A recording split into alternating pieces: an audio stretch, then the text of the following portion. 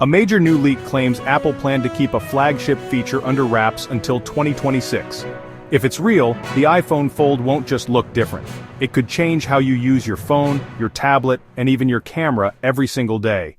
Over the last few days, sad sketches, lab photos, and supply chain notes all pointed at the same direction: a fundamental redesign of Apple's next foldable iPhone.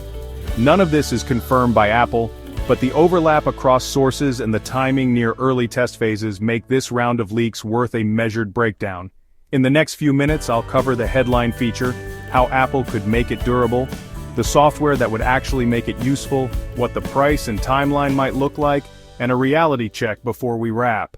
The biggest claim is also the simplest: a foldable iPhone. Prototypes allegedly use a flexible OLED panel with a crease that's barely visible at common viewing angles. The hinge is described as an Apple-designed assembly, with high torsional stiffness and multi-stop positions between roughly 45 and 135 degrees. That matters because you can park the device on a desk like a tiny laptop for calls, filming, or editing. Two industrial directions are reportedly in play: an inward-folding book style that protects the main display when closed, and a thinner outward-folding variant that prioritizes slimness and instant access. The second claim is an under-display selfie camera. No dynamic island, no punch hole, just uninterrupted pixels. Apple has waited because early iterations from other brands softened details and struggled with color accuracy. The rumored approach combines a higher transmission sub-pixel layer above the sensor with heavier computational photography to recover contrast, micro-detail, and skin tone fidelity. Half-fold mode turns the lower half into a control surface while the upper half acts as the viewer.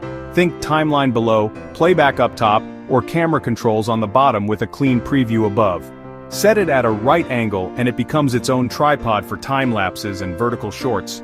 Open flat, you get a mini tablet canvas for maps, games, spreadsheets, and markup. Closed, it's pocketable again. Beyond the form factor, the rumored spec list reads like a greatest hits lineup: a titanium frame for strength without the weight penalty of steel, a brighter OLED pushing outdoor usability well beyond the need for shade, a periscope telephoto with true optical reach, clean 5x to 10x without digital smearing, stacked cell battery architecture for higher energy density, and better thermal behavior during fast charging and long gaming sessions. Big screens and hinges raise power and heat challenges. Expect Apple to lean on stacked cells with a beefier cooling path, graphite sheets, vapor chamber, and carefully shaped mid-plates. Adaptive refresh between 1 and 120 Hz should stretch battery during reading and standby, while pre-roll encoders handle video without sudden temperature spikes or throttling. Foldables live and die by two things: the hinge and the top display layer. The hinge has to shrug off pocket lint and micro impacts without getting gritty or loose. The display needs a cover layer that feels like glass, not soft plastic, and resists those faint hairline scuffs that show up on day one. If Apple ships any level of water resistance, even a modest IP rating, that alone would push the category forward and calm durability fears. Hardware opens the door, but software sells the room. Picture posture-aware layouts in iOS: closed, half-open, and fully open. In Creator apps, the timeline docks below with playback above, and context tools appear only when your hand approaches, thanks to hover-aware pencil or proximity sensors. This is where Apple can leapfrog. Handoff and universal clipboard make the foldable a seamless second screen for your Mac.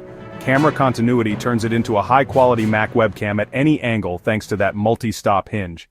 Samsung, Huawei, and Oppo proved foldables can be thin, bright, and reliable enough to daily drive. What Apple brings is ruthless polish and a services layer that sticks the experience together. Expect fewer gimmick modes and more small wins. Consistent 120 Hz in complex layouts. Subtle haptics as you snap to 90 degrees or 120 degrees. Sane two-pane defaults developers can adopt with minimal code. On timing, everything points to Apple's usual cadence. A fall 2025 reveal for the iPhone 17 family. The leaks suggest engineering validation units exist with select teams, and manufacturing partners are tooling hinge components now.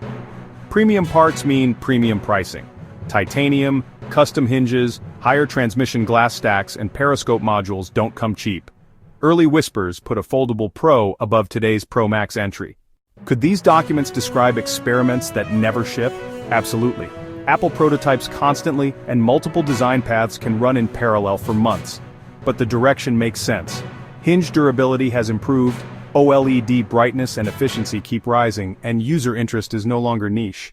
If you upgrade every few cycles, this might be the year to watch. A foldable iPhone could replace a small tablet, simplify how you film and edit, and expand what mobile work looks like.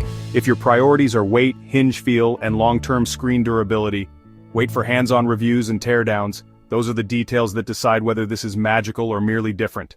One last note. A few insiders hint at a second iPhone 17 variant exploring a more radical display approach. It sounds ambitious, but remember, edge-to-edge screens sounded ambitious not long ago. What do you think? Would you pay a premium for a foldable iPhone if the crease is nearly invisible and the selfie camera hides under the glass? Tell me below. I'll pin the most thoughtful take. If you want every credible update as it drops, hit subscribe. Thanks for watching, and I'll see you in the next one.